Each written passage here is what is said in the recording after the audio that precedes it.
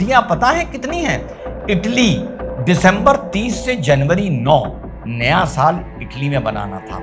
Vietnam मार्च 12 से 17, UAE Bihar से शुरू करके लंकावी जाएंगे, उसके बाद वाइस प्रेसिडेंट के चुनाव में आएंगे और उसके बाद अंत में पंजाब के फ्लड से होते हुए या सड़क सड़क सड़क सड़क प्रधानमंत्री इतने इतने पानी में डूब डूब के गांव गांव जाएगा, रसद पहुंचाएगा, फौज को लगाएगा, मदद करेगा। जो तुम हमेशा दलित की, ट्राइबल की, अनुसूचित जाति की बात करते हो, तो ये भी जरा बता दो कि वो ट्राइबल और ओबीसी पिछले एक साल में वर्ल्ड टूर पर कितने गए। तो तुम्हारे परिवार ने तो राजनीति का बड़ी मलाई खाई है, तो जब मलाई खाई है तो कुछ सुनने का मादा भी होना चाहिए। मोदी जी के परिवार में कितनों ने राजनीति की मलाई खाई है?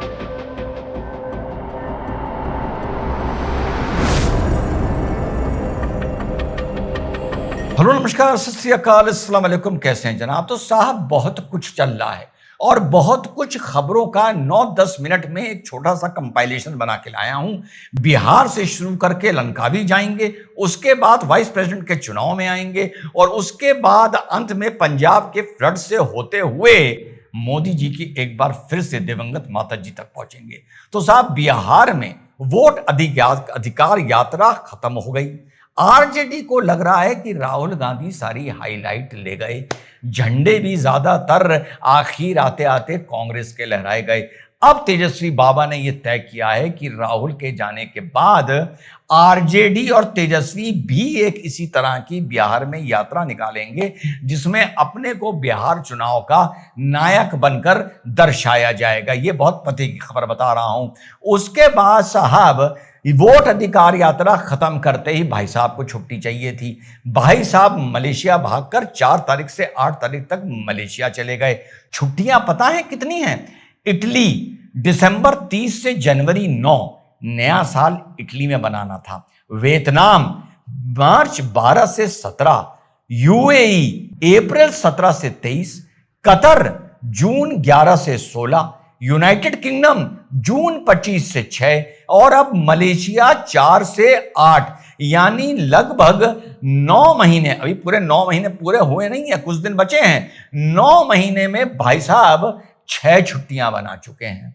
और शिकायत आई है सीआरपीएफ की। सीआरपीएफ ने राहुल गांधी को और खरगे साहब को यह पत्र लिखा है कि आप जब जा रहे हैं तो आप 15 दिन पहले जो प्रोटोकॉल है Z+ सिक्योरिटी का, ASL का, आप हम लोगों को सूचित नहीं कर रहे हैं और वहां पर भी जो आपको सिक्योरिटी दी जा रही है उसको भी आप वहां पर डॉज कर रहे हैं अज्ञात कारणों से। तो इसकी शिकायत होम मिनिस्ट्री में भी सीआरपीएफ ने की है। अब जब कहा जा रहा था प्रधानमंत्री पंजाब फ्लड्स में क्यों नहीं जा रहे, अच्छा जैसे प्रधानमंत्री फ्लड्स में गए तो क्या वहां पर वो चप्पू चलाएंगे, नाव चलाएंगे, बाय एयर दौरा ही तो करेंगे ना, या सड़क सड़क सड़क सड़क प्रधानमंत्री इतने इतने पानी में डूब डूब के गांव गांव जाएगा, रसद पहुंचाएगा, फौज को लगाएगा, मदद करेगा, पैकेज देगा। ये काम होता है ना प्रधानमंत्री का। भाई तुम अभी लीडर ऑफ ऑपोजिशन हो, पंजाब वो स्टेट है जहां तुम कल को जीत के आ सकते हो। तुम पंजाब नहीं गए, प्रधानमंत्री ने तो अपना दौरा कर लिया और तुम बेटा निकल गए लंकावी, और वो भी अज्ञात कारणों से सीआरपीएफ को बिना बताए। तो ये सब जब चल रहा है तो भाई साहब से पूछा गया कि अच्छा ये बताइए वाइस प्रेसिडेंट चुनाव के बारे में आपको क्या कहना है? तो इन्होंने कहा उसमें भी वोट चोरी हो गई। Any word on vice? Vote चोर गद्दी छोड़, वोट चोर गद्दी छोड़, वोट चोर गद्दी छोड़। You think this is also a vote चोरी सर? 100%। पहले मैंने ये वीडियो बनाया था चुनाव से पहले, उसमें मैंने आप लोगों को बताया था कि वाईएसआर कांग्रेस के 11 वोट एनडीए को जा रहे हैं, तो यहीं से वीपी के चुनाव में वोट चोरी होनी शुरू हो गई। मैंने सोचा था मामला यहां खत्म हो जाएगा, लेकिन एनडीए बड़ी नोटी है, मोदी जी बड़े नोटी हैं, मामला यहां खत्म नहीं हुआ। मामला जब खत्म हुआ, जब गिनती हुई, तो पता चला कि इंडिया अलायंस के 15 सांसदों ने भी एनडीए के वीपी प्रत्याशी को वोट दे दिया है। तो आरोप लगा है कि 15-15, 20-20 करोड़ रुपए दिए गए हैं सांसद को क्रॉस वोटिंग करने के लिए। क्रॉस वोटिंग को राहुल गांधी ने एक नया नाम दे दिया है, वोट चोरी। जैसा मैंने अभी आपको सुनाया, एक बात समझ में नहीं आती, 152 के मार्जिन से एनडीए का बंदा वाइस प्रेसिडेंट ऑफ इंडिया बना है। आरोप है कि 15 लोगों को 15-15 करोड़ रुपए दिए गए क्रॉस वोटिंग करने के लिए। अच्छा, अगर ये ना दिए जाते तो 152 में से अगर हम 15 माइनस कर दें तो कितना बचा? तो क्या वाइस प्रेसिडेंट इंडिया अलायंस का बन जाता क्या? यानी इन लोगों को आरोप लगाने तक की तमीज नहीं है। चलते चलते फिर आखिरी बार मोदी जी की माता जी पर फिर ये आ गए। अरे भैया, तुम्हारी माता जी तो राजनीति में थी, सांसद थी, राजनीति का लाभ ले रही थी, तुम्हारे पिताजी थे, अब तुम्हारी बहन भी है, उन्होंने भी चोर कहा मोदी को, उन्होंने भी सौदागर मौत का कहा मोदी को, उन्होंने भी हत्यारा कहा मोदी को हिटलर कहा मोदी को, कुछ भी कहा। भाजपा ने तुम्हें कहा, जब तुम राजनीति में आ गए हो तो तुमको भी कुछ पलटवार किया, सब समझ में आता है। लेकिन चलो, वहां तो ये कह दिया कि मंच से किसी कार्यकर्ता ने मोदी जी की माता जी को गाली दे दी, कभी वो इस पार्टी में था, कभी उस पार्टी में था, वगैरह वगैरह। अब तुम क्या कर रहे हो? अब तुम ही मोदी जी का और मोदी जी की माता जी का वर्डिंग सुनाना कम्युनिटी गाइडलाइंस के हिसाब से गलत होना चाहिए।